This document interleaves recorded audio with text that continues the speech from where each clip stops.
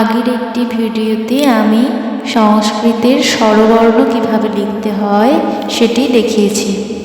এই ভিডিওতে আমি ব্যঞ্জন বর্ণগুলো দেখাচ্ছি। প্রথমে লিখব ক। ক লিখলাম। এবার লিখব খ। একটু দুবার তিনবার করে লিখলেই হয়ে যাবে। তারপর লিখব গ। এবার ঘ, চ, ছ,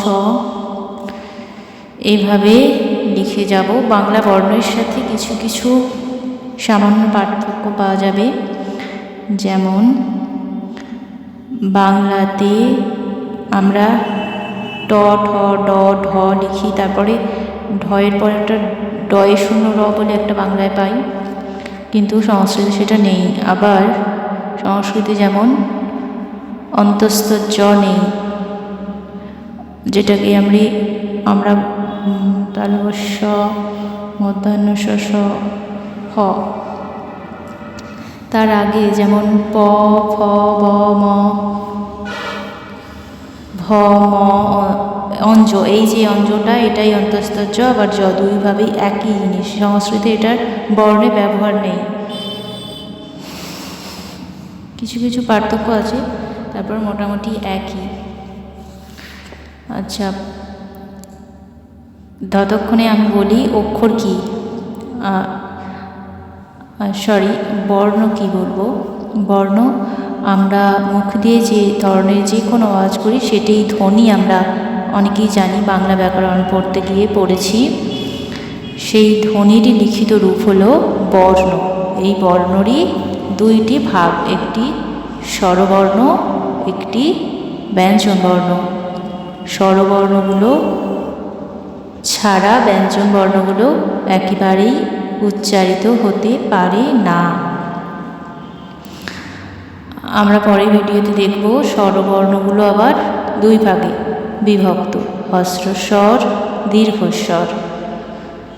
হ্রস্বস্বর কি, যেগুলো উচ্চারণ করতে কম সময় লাগে সেগুলো হ্রস্বস্বর, আবার দীর্ঘস্বর হলো যেগুলো একটু অপেক্ষাকৃত বেশি সময় লাগে। আর ব্যঞ্জন বর্ণগুলো এই স্বরবর্ণগুলো ছাড়া উচ্চারণ করা যায় না। আর এই ব্যঞ্জন বর্ণ সংস্কৃতে মোট 35টি আছে। স্বরবর্ণগুলো সংস্কৃতে মোট 13টির মতো হবে, আর ব্যঞ্জন বর্ণগুলো 35টি আছে। ব্যঞ্জন বর্ণগুলোর আবার অনেকগুলো ভাগ আছে, অনেক ভেদে ভাগ করা যায়। যেমন উচ্চারণের স্থান অনুযায়ী কণ্ঠবর্ণ, মূর্ধাবর্ণ, ওষ্ঠবর্ণ, স্পর্শবর্ণ ইত্যাদি। আর উচ্চারণের আবার একটা বর্গ অনুসারে ক বর্গ, চ বর্গ, ট বর্গ, ত বর্গ, প বর্গ। আবার নাসিক্য বর্ণ হয়। নাসিক্য বর্ণগুলো হলো ওয়া, ইয়,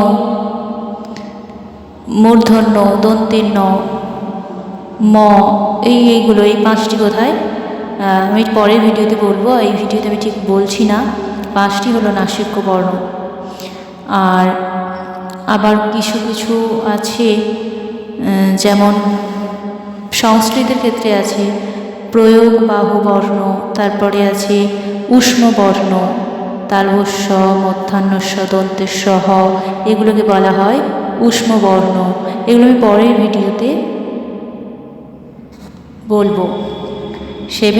ক্লাস 7-এ যারা পড়ছে, প্রথম সংস্কৃত এই 7 থেকেই শুরু হয়, তাই 7-এতে প্রথমে বর্ণ পরিচয় শিখতে হয়।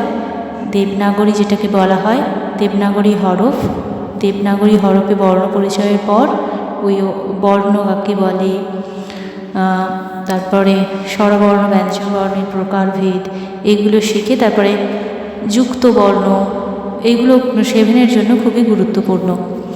আর আমরা আগের ভিডিওতে বলেছিলাম সংস্কৃত ভাষা দেবতাদের প্রিয় ভাষা, তাই এটিকে বলা হয় দেব ভাষা। অর্থাৎ দেবতারা সংস্কৃত ভাষায় কথা বলেন এবং সংস্কৃতে কথা বলতে শুনতে পছন্দ করেন। তাই আমরা অনেকেই জানি দেবতাদেরকে পূজা, স্তব, স্তুতি যেগুলো করা হয় সেগুলো সবই সংস্কৃত ভাষায়। তাই সংস্কৃত ভাষা শিখলে আমরা সহজেই সেই স্তব স্তুতিগুলো পাঠ করতে পারবো, অর্থ কিছু কিছু বুঝতে পারবো। তাই জন্য আমাদের সংস্কৃত শেখা পরীক্ষার জন্য যেমন খুব দরকারি, আমাদের প্রতিদিনকার নিত্য নৈমিত্তিক কাজে প্রয়োজন। তাছাড়াও আমরা এই সংস্কৃত পড়তে শিখলে সংস্কৃতের বহু গ্রন্থ আছে যেগুলো আমাদের খুবই প্রয়োজনীয় গ্রন্থ, সেগুলো পড়তে পারবো, শিখতে পারবো। সেগুলো জানলে আমরা অনেক আমাদের জীবনে উপকৃত হতে পারবো।